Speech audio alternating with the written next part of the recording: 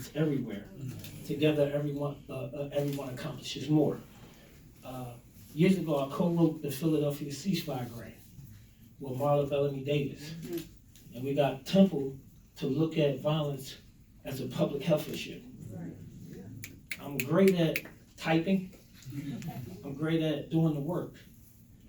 But the work is so overwhelming that I don't have time to type 70 words a minute like I can do. I have to stay on the front line because it's life and death out here. So what I'm asking is, first of all, does independence look at violence as a public health issue?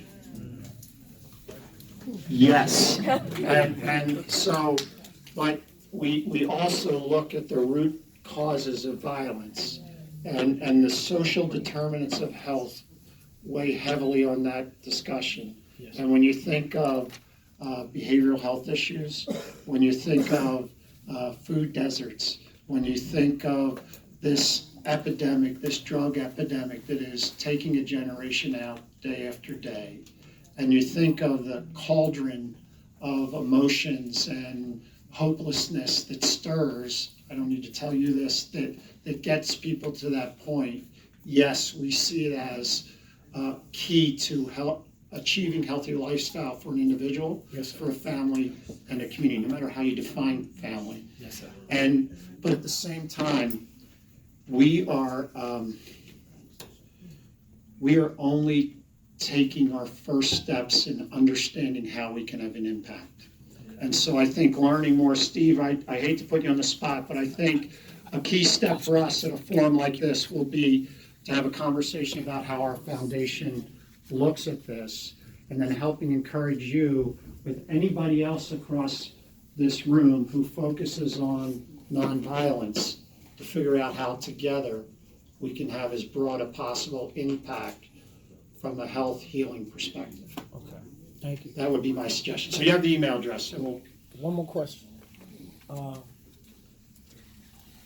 If we are in your community doing a work that we can prove and show evidence-based data that it's effective, that, like she says, that we've been doing it ourselves, but that if it pulls the plug, like say I can't afford to make the next move.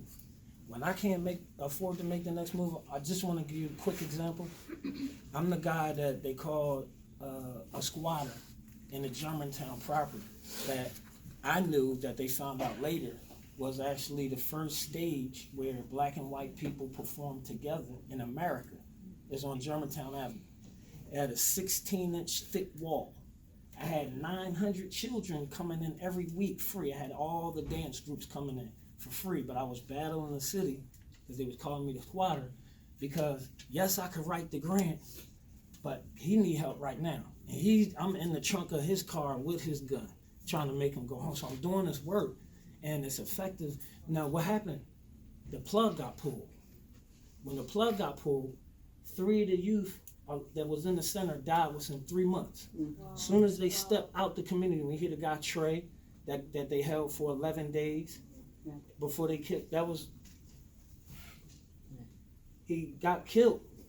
Hey, OG, With my hat on that said "Fight Hate with Love," meaning he wanted help. So I'm sorry. I'm sorry to interrupt, but I'm gonna, because people can't hear So you. in other words, I'm sorry. I'm just gonna summarize. Listen. What I was asking was immediate funding. What he's asking about is he had a location where he had youth coming in, dealing with violence on the streets, and basically at the end of the day, his location got shut down, and he's saying